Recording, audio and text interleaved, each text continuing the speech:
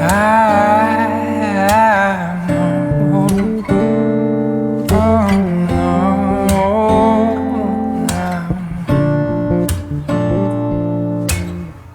left and right, buzz like crazy.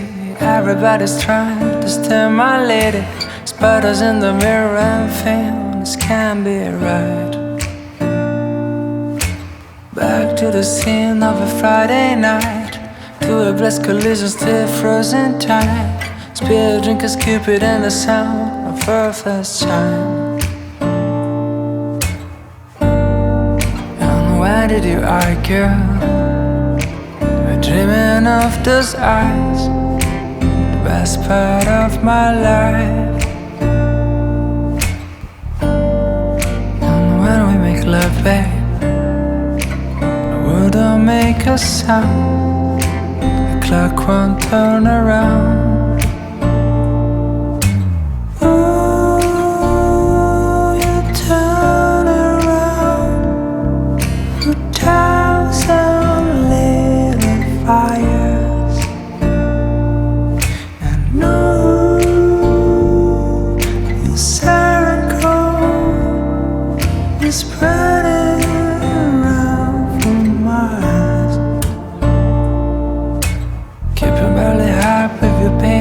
Slowing things down when I wanted to race, catching up again when you try to chase. Feels like we're playing space. You always find a way to make up right. Hello my friends, welcome back to my channel. Let's start another vlog. I was actually filming a little studio vlog for my Tumble Creatures channel too, and so I don't know if this is in the right spot. Also, I left my book somewhere. I wanted to talk about the books that I'm reading. Kazi is bumping this. Hey, can you quit? Kazi, come here. Well, how's that for a chaotic intro? So, let me tell you what is happening with me reading-wise. So, like the last day of August, the last couple of days of August, I saw Virgo reader Steph on Instagram rave about basically like a psychopath romance who is like a murderer. And, I was like, oh, I'm intrigued. It's an book. And then, like, the next day, or maybe not the next day, the reason I picked it up specifically was because Jessin picked it up and she was like, wow, I am loving this so much. And so I had just finished reading the Travis series by Lisa Kleypas, and I wanted something just totally different. And so I picked it up too because she did. And oh my gosh, I freaking loved it. I read them in like 2 days. I binged both of them in 2 days. I read Unhinged, which is the first one, which is about basically a boy. It's basically like this family of boys who've been adopted by this scientist who they all have like psychopathic tendencies, and he takes them and sort of raises them as his own and basically grooms them and prepares them to be assassins or killers for criminals who would otherwise evade the law. So kind of like a vigilante psychopath type of thing. And in Unhinged, one of the heroes ends up getting like caught or meets up with one of his victim's sons, and it is their romance, and it is so good. It is completely engrossing. Like, I was obsessed with it, and I love those books so much. Oh my gosh, I can't even deal with it. And so then the next day, the next day or 2 days, the second one came out. And so I, of course, read that as soon as possible. And that one is called Psycho. And that one has the psychopathic killer in the family. And he is one who has sort of like extreme tendencies. Like, he actually really enjoys killing and hurting people who he feels like deserve it. And so he is very wary of having a relationship with someone because he doesn't want that dark side to come out. But he ends up being completely fascinated by an ex-FBI agent who ends up teaching at the same university that he does, and it is their romance. And I just can't even talk about these books enough. Like, I love them so much. The romance is so compelling. They're so sweet. They're so, like, Justin said they were heartwarming murderers. And I'm like, that's exactly what it is. I don't know if that's exactly what she said, but they're very heartwarming. There's this big sense of found family. They remind me a little bit of Wolfsong in that way. Oh my gosh, I just love them so much. But also, like, the mystery is super engaging, like the murder aspect of it. There's always, like, a case they're trying to solve. Like, I just freaking love them. So I read both of those in 2 days, or 2 or 3 days, whenever they came out. I don't know. I read them very quickly for me.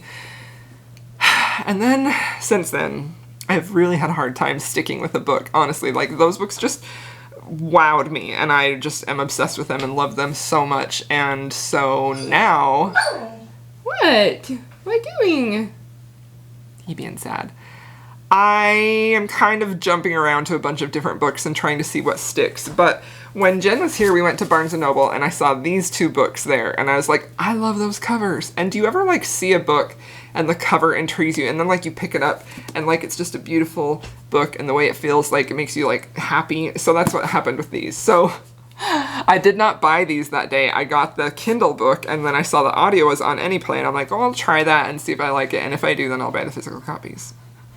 So now I'm 30% into the first one, which is The Rogue King, and I just wanted to have my own copy, so I went to Barnes & Noble today and got my own copy. But I'm enjoying this.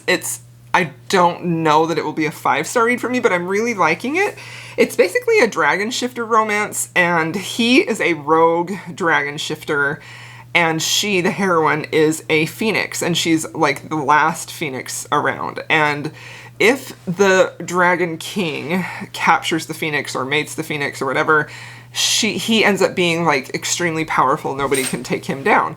So this rogue dragon shifter sees that she's a phoenix, like she's been keeping it a secret. And he decides, well, I'm going to kidnap you and I'm going to take you to the king. And then I'm going to be basically like reinstated in that society. He's not going to be an outcast anymore, and it will help him further his revenge plot. So that's what's happening. They, of course, have a very great connection and end up having feelings for each other. And it's just very fun. It's very fast-paced. It's very engrossing. It's not really hitting me emotionally, but I also wasn't... I didn't hold out a lot of hope this was going to be a super emotional romance, but I just wanted something that was just going to be transportive and fast-paced and sort of get me out of whatever weird reading mood I'm in, book hangover, after I read the Psychopath books. So that's what I'm currently reading and listening to. I don't know that I'll include this one in this vlog, but I just wanted them because they're so pretty and they're just like a nice size, and they're just so like clean, and I don't know. I just was in the mood for like some fantasy romance, so I picked these up. And I started the audiobook and I'm liking it. So that's what is happening reading wise, and yeah, I'll update y'all with some more when I have any more to say.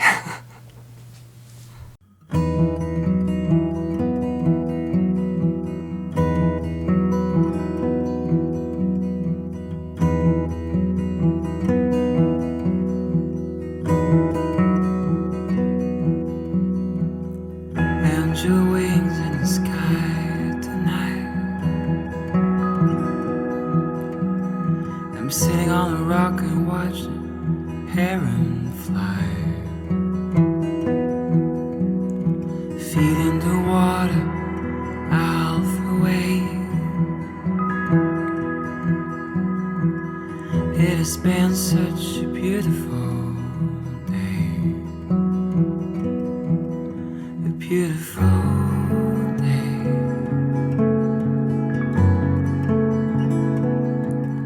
A beautiful day.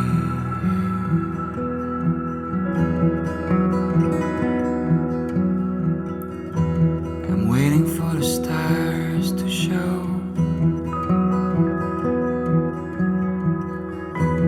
I'm waiting for the fire to glow. Feet in the water, half asleep. Let's burn one down and slowly disappear. Disappear.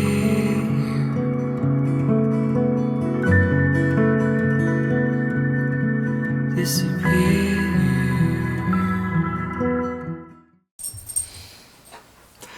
Hello, my friends. Welcome back to another vlog update.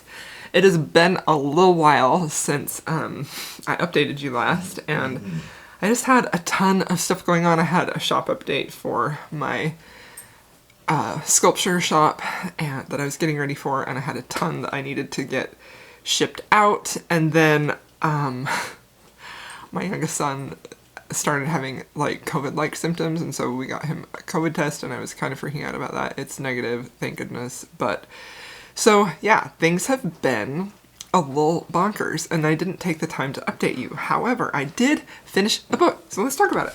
So the book that I finished is The Rogue King by Abigail Owen. This is the first book in this new Dragon Shifter and Phoenix. It's sort of like, I think it's sold as a paranormal romance, but I feel like it's more of like a fantasy romance, like an urban fantasy. I mean, like, there are mentions of vampires and werewolves in here, and I sort of am the type of person that if it has a vampire or werewolf, I feel like it's a PNR. If it has other type of creatures, I feel like it's a fantasy romance, so I'm calling it a fantasy romance. But I really, really enjoyed this. I ended up giving it 4 out of 5 stars. Like, honestly, there was so much to really like about this book. I felt like it was very fast-paced. I felt like the plot was solid. I really liked the overall story in this. I thought it was really well done.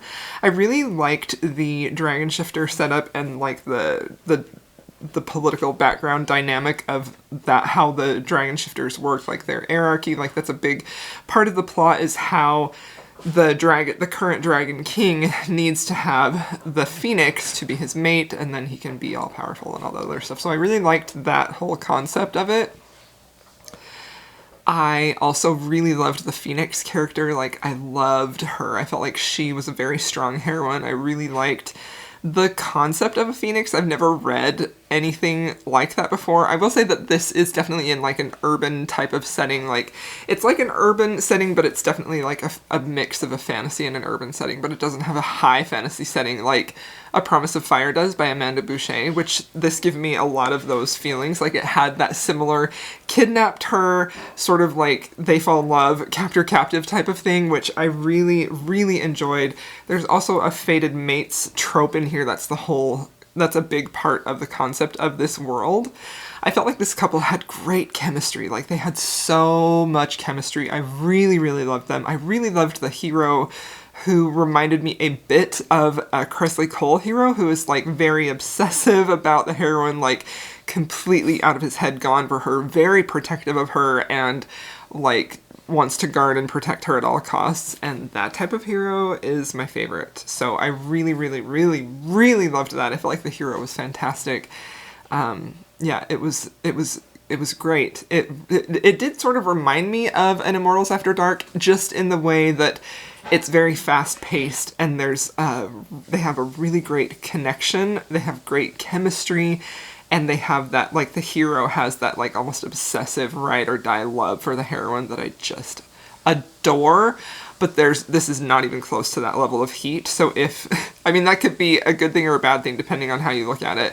This does have a decent amount of steam, though, just in case you were wondering, but it's not even close to a Kresley Cole one, which I actually liked because I felt like I think it worked really well here, and it balanced like the story and the emotional component. Like, I really, truly, honestly enjoyed this. This was a little unexpected gem, and I'm dying to read the next book in this series, so this was a win for me. I did give it 4 stars. Like, I would honestly almost say it's probably, if I'm getting technical, I would say it's a 4.5 star, because I enjoyed it that much. But there was just one tiny thing about the fated mates trope that kind of bothered me, and it was mostly just because, like, he is taking her to this other dragon king so that he can get, you know, remade and put back into society. And so these two, like, the rogue dragon, Brand, and the heroine, which I can't remember her name, oh yeah, Kezia, they have this big connection, like, and it's pretty apparent to the reader that they are mates, they're fated mates, and they just kind of fight that or deny it or don't, or act like that's not happening, you know, like, and it was kind of like, come on, don't be that dumb, you know. So that was honestly the only thing that made me knock it down a little bit. So I did give it a 4 out of 5 star, because I really hate when that is used in any type of fated mates book. Like, it's so obvious to the reader that they are mates, and they just don't get it, and it's just kind of annoying. But other than that, it was really great, really well done, and I'm very excited to read the next one. The next book, so this series, each book has a different couple, in it, which is very fun. So this couple has, like, they end up together, but the overall plot is still going on. And, like, so the way this ends sets it up perfectly to go right into the second one, because you can tell who the hero is going to be for that next one. So I'm very excited to have found this series. I really enjoy it, and I can't wait to read the next one. So this was a good one if you're looking for a fast-paced, obsessive hero. Get this one. It was fun. Okay. So, I read that one, and then after I read that, it kind of took me a few days, because I was just, I was kind of like, my head was like full of stress and anxiety with like my kids and work and everything, and so I kind of was slowly reading that because I felt like my anxiety was so high I couldn't really focus on a book. So, however, when my anxiety is very high, I will almost always reach for historical romance because they're so soothing to me. And so the next book that I picked up is actually our Rake Appreciation Society book for September. We are having our live show on my channel this Thursday at 7 p.m. And the book is Lord of Scoundrels by Loretta Chase. So now, I have a bit of a complicated history with this book because I have attempted to read this before. So many people have recommended this book to me, and I know that this is definitely a classic historical romance, and for some reason, I never really got into Loretta Chase when I was reading historical romances as a teen, and I've kind of didn't even know she existed, honestly, for a while. But so I had very high expectations for this book. Jessen picked this book for me specifically, and also my friend Jen did, like, months and months and months ago from the Book Refuge, and I just, every time I would start it, I started it several times, I found that my attention was just, like, not on it. I was constantly, like, spacing out, zoning out, and then I would have realized that, because I would read it on audio, I missed a whole bunch, I have no idea what's happening, so I would restart it, So I picked this up because I thought, okay, this is a good time for me to try this book again, because I just finished something completely different in tone, completely different world. Like, the fantasy romance was just so different. So I thought, okay, I'm going to try this now, because something that I think may have hindered my enjoyment of this in the past is that I had just come off of a Lisa Kleypas binge and just thoroughly loved and enjoyed all of her books, and I also feel like definitely I was kind of burning out on historicals for a little while. But I really wanted to pick up a historical romance. I was definitely in that mood, and so I just picked it up. Started the audio, slowed it way down so I could, like, be sure to have my attention. So I know the beginning very well because I've listened to it like 3 or 4 times. And I was not... my attention wasn't wavering, I wasn't, like, spacing out or, like, like, zoning out or whatever. Like, I was just hooked and riveted. And as soon as, like, I had gotten to the point, I think there's a scene in here involving her gloves that have buttons on them, and the hero, like, unbuttons them and takes them off of her, and it is such a scorchingly chemistry-filled scene that I had heard about a lot, and that is exactly my catnip. Like, I love those very slowly building small gestures that are just so romantic, and they're so charged with chemistry. Like, I just love that so much. So I knew that was in here, and the first time I read it, I kind of, like, skipped over it, and I was like, yeah. But this time, it just hit me, like, completely different, and I just am amazed at this book. So I love this book now. I am very much into the world and the story, and I will say that there is something definitely very unique about her writing style, and it's very different from a lot of other historical romance authors in that she has this way of getting you right into a scene between some, like a very... not necessarily an intense scene, but a scene where you're hooked, where you're watching this conversation, where you're watching these two characters interact. And then she'll pull out of that scene and go into one of the characters' heads, and it will be either like a flashback or a memory or some type of introspection. So, and that's what I realized was pulling me out of this the first few times I read it, is that when she would switch from that scene to introspection or memory or something, like, it just pulled me out of that. And I still don't love that she does that with her writing style. I wish she would fit those in different ways, because I just feel like it's just a little bit jarring, honestly.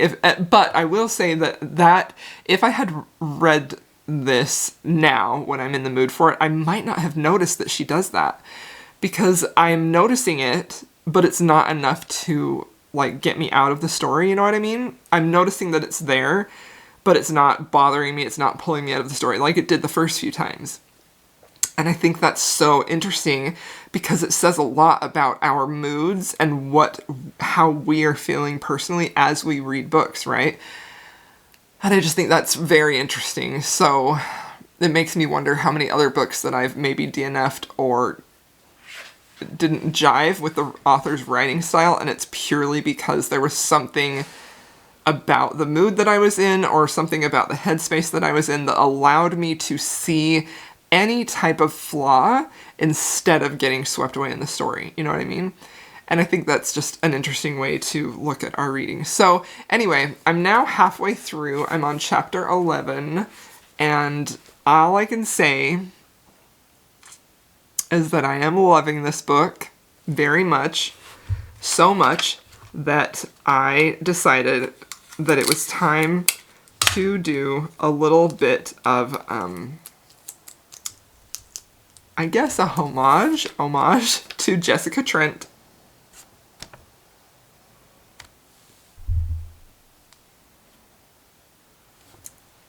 That's right. Why is that not focusing? That's right. I made myself a Jessica Trent badge. If you've been watching my vlogs, you may remember I also did this for Derek Craven the first time I read Dreaming of You, because I was so freaking on board with Derek Craven like that. He is still one of my all-time favorite historical romance heroes. He just is amazing. And that is exactly how I felt about Jessica Trent. And now I can see why people specifically recommend her to me, because she is one of the most bad A heroines I have ever read about. She is now, and I'm only halfway through, she is my literal favorite historical romance heroine.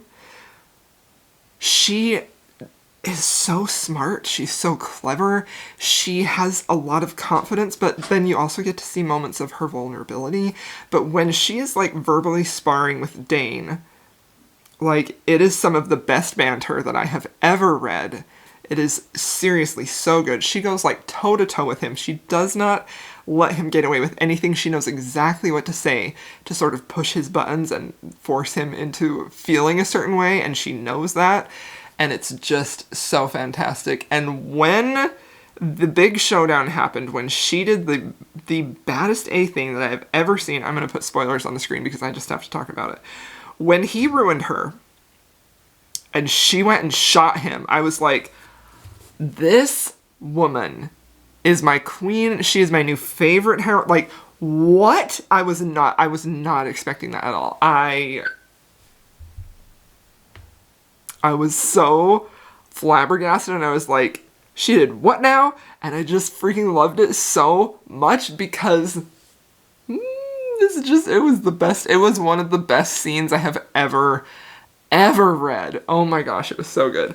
The thing that I am really, really loving about this too is how deftly she handles like a very push and pull. So these are definitely like enemies to lovers, and something I dearly love about this is how nuanced that relationship is. Like, I feel like I just recently started reading Zodiac Academy, which is it's a new adult fantasy romance, and it's a bully romance too, and I felt like I was really not jiving with that writing style at all, and one of the main reasons was it just felt like the characters read super young to me. Like, it has a very almost an immature vibe, and I just was not hanging with it at all. And the bullying aspect, the enemies to lovers aspect in that book is so over the top. It's so in your face, and I just don't love that, because I want subtlety. I want to see complexity with my characters, and especially in the relationships.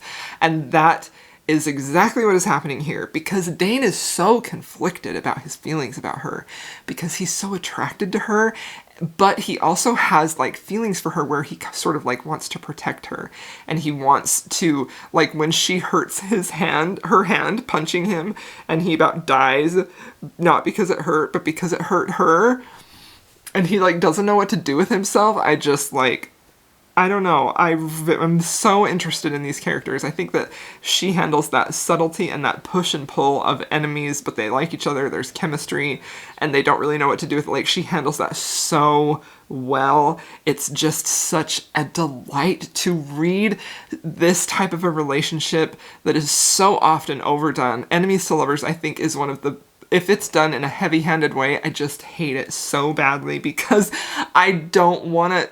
I don't want it that way. I want there to be complexity. I want there to be subtleties. I want there to be this conflicted feelings and I want to see that they have those conflicted feelings, that it's not simply they hate each other but they want to do each other, you know, like I want there to be other feelings there because I feel like that just makes it so interesting, and I just am loving it so much. So I'm halfway through. I'll come and update you once I finish this, but so far yeah, I have found my new favorite historical romance heroine, and I am amazed at this book, and I'm really honestly amazed at the difference that my reading mood had and how I feel about this book. So yeah, definitely loving this. I didn't, when I DNF'd it before, it wasn't that I didn't like it. It was that for some reason I wasn't fully invested in the book and I kept like zoning out, and so I just like stopped it because I'm like, I can't go back to the beginning and listen to this again. So when I DNF'd it before, it wasn't a DNF it, I don't like it, I don't want to read it. It was literally just like, I'm not able to pay attention to this right now and I don't know why it's not gelling with me, so we'll come back to it at a future point. And I'm really glad that I did that because now I can see it for all of its beauty and power and amazingness. Like, I get the hype with this now. I get the hype. It's fantastic. So very excited about this one. Gonna keep reading this and then I will come back and update you later. But in the meantime, I wanted to unbox a few things. I got some packages sent to me and I wanted to show you what they are. So this first box is something that I am very excited about. It is from Bookmarks and Breadsticks. Let me see if I can get that to focus for you. Okay, there we go. Look how cute. So this is Read It and Eat It, Blind Date with a Book. It's a hand-wrapped book, carefully curated from a wide range of popular genres. But for this to truly be part of Read It and Eat It, it has to have a focus on food. We offer blind dates with foodie fiction, foodie romance, and foodie young adult. Each order contains a book, a snack, and a donation, which I just love so much. So Kim reached out to me and asked if I would want to be sent one of these, and I was like, yes, definitely, send it my way. So she said, thank you so much for being one of the first booktubers to try a blind date with Read It and Eat It. I've always loved your channel, and the thought that you might love this contemporary foodie romance has me so hopeful. I'm open to all and any feedback and hope you enjoy. Love, Kim. That is super fun. She did give me a code if you want to place an order as well. Let me find it real quick. Okay, so my code is Crystal15, and I will have her website linked down below if you want to check it out and get your own blind date, Read It and Eat It. I think it's such a fun idea, and I'm just very excited about it. So let's see what we have here. This is just an adorable package. Okay, so this is super cute. All right, let's see the snack. So the snack that she sent me is this popped water lily seeds. Look at that. I actually haven't tried these, but I love that this is gluten-free, and I believe this is also dairy-free. It's vegan. Thank you so much. Sugar-free also. Like, I can't wait to try these. This is popped water lily seeds, vegan cheese. Very, very excited about these. Thank you so much. I love that. That looks like it is perfect for me. And then let's see the book. It comes with this adorable bookmark. How cute. Bookmarks and Breadsticks. Very, very cute. For all the love and cupcakes. Oh my gosh, I'm so excited about this. Let's see what's in here. Oh, yay! Look at this! Kiss My Cupcake by Helena Hunting. That is adorable. I love that. He's sugar, she's spice, the perfect mix for... Oh my gosh, I can't wait! That looks so fun. I love the cover. I have heard of this book, and I really can't wait to read it. So thank you so much, Kim, for sending this to me. She also sent, looks like, some stickers. Let's see.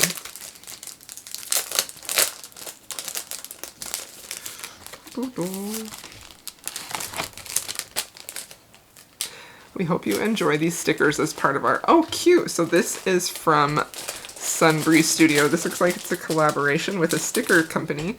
And they give you cute little lemons. And look at this cute little bread with a book. How adorable. So this is awesome. This is such a fun package. Like, seriously. I think this is such a fun idea, a blind date with a book and a snack. Like, I absolutely love that. Thank you so much, Kim, for sending that to me. I am thrilled. I can't wait to read that. So make sure you check them out. Their website will be down below, as well as my discount code for them that you can use.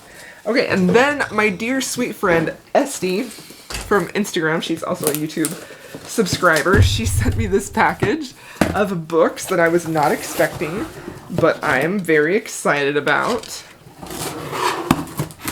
because look at this, these two books of the Hathaway series, which I do not have, and they have Step Backs, which is, of course, oh my gosh, I'm so happy to have these two.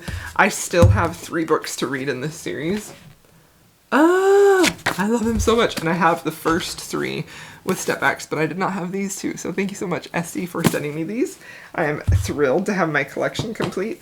And then she sent me the one Wallflower book that I do not have with a Step Back. And I'm so happy to have Annabelle and Simon. Look! I'm sorry, I'll put it where I can see it. Secrets of Summer Night. Oh, I'm so happy! Thank you so much for sending those, Esty. And then, y'all, can you? I'm dying over this book. I am dying over this. Look, she sent me Tide, the special cover. Oh, I love it so much. Thank you so much. That is a beautiful edition. Oh, it's so beautiful. I love this book so much. One of my favorites. I just recently read it. And then a few other surprises. This is cool. This is a gigantic historical romance, it looks like, with a horsey on the back. We love that. The Rake and the Recluse. Very cool. A couple of contemporary romances by Nora Flight. Let me know if you've read those and what you think of those. And then this one, My Fair Lily, which looks like it is also a historical romance. So, very cool. Thank you for sending me these. There's also some cute pencils. How cute. These pencils are pink, which is my favorite color. And then it says, like, really cute things on there. OMG, I love you, like you, love you, you look good. That's adorable. And then some cute little notepads with rainbows and stuff. That's awesome.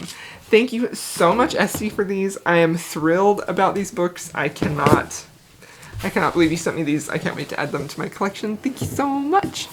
Okay, that is a super long clip, and I'll come back after I finish Lord of Scoundrels with my final thoughts. Alright, y'all. Well, I have finished. Kazi went to come. Hi, Kazi. I'm sitting on the ground in my studio. So I get to buy Cosmo. And I finished Lord of Scoundrels, and I gave it 5 stars. I really, really loved this. And I think the thing that I loved the most about this is how sort of drawn out it was for the two of them to really admit that they loved each other. I felt like that push and play that Loretta Chase had between them, push and pull, like the internal struggle that they had where they had these feelings but they were a little nervous to put them out there, like it was just done so well. I loved it so much. I thought the ending was really great too. I really loved the ending. I do think that the conflict at the last third of the book, I felt like that almost kind of took away from their beautiful love story. Like I felt like their romance had so much conflict in it already that I didn't think that it really needed that. It did add, you know, a little bit of intrigue to it, but it felt like such a different tonal shift from the rest of the book that I didn't love it. Although I do like how it ended. But yeah, so I mean, I definitely lost a bit of interest during that final bit of the story because it really kind of felt like it came out of nowhere, and I mean, not entirely nowhere. You kind of know that that is likely going to happen, but it also was never really focused on throughout the book, so it sort of felt like it was just added just to sort of pad the story a little bit. And I didn't love that, so I feel like that if I didn't love the first part, and if I didn't love Jessica so much, and if I didn't love Dane falling for her in spite of himself, like there were so many great scenes where he just really was like struggling with his feelings for her, which was just so delightful. So if I hadn't loved those parts so much, I probably would have docked a little bit of stars because of that conflict. It just really it really just felt out of nowhere, you know? But again, I'm not going to be too critical of it because I enjoyed their courtship, I guess, and the way they ended up together so much. I just really, really loved, like, the first 3/4 of the book was just fantastic, and then the last 25% kind of slowed down a little bit and drug out, but then I did like the ending. So all of that roundabout to say it's a 5-star read. It was very good. I do believe it's worth the hype. I can absolutely see why people love this so much and why it's a classic historical romance, and it was really great. It was very fun, and it was just exactly what I needed to get back in the mood to read historical, so that was great, and I am very happy. I am very happy, honestly, that I loved it, because I had every intention of being like the big downer and the at the live chat, like in the live show. I sort of planned on being the one person who's like, I never really like it. I didn't, but I do. I loved it. So that was great. It was wonderful. Really enjoyed it. So yeah. And you know, honestly, like, I have read one other Loretta Chase book, and this one was very much more words. I don't know why I can't put words. It was a lot. I really liked this one a lot better. Like, leaps and bounds ahead of the one that I read was, I think it was Dukes Prefer Blondes. And I've got a reading vlog dedicated to that, like, way back at the beginning of my channel. And I loved the beginning of that book, but I feel like, again, she sort of does that thing where she has this tendency to sort of go all over the place a little bit, but so I'm curious to read more from her, but I'm also a little anxious. But anyway, this one was fantastic. Really, truly loved it, and yeah, I can't wait to chat about it in our live show this Thursday, so that'll be fun. Alright, I'm going to end this reading vlog here. Thanks so much for watching. If you have made it this far, please feel free to leave me any type of, like, a lizard or an alligator or some type of frog thing. Thanks, my friends. I will see you in my next video.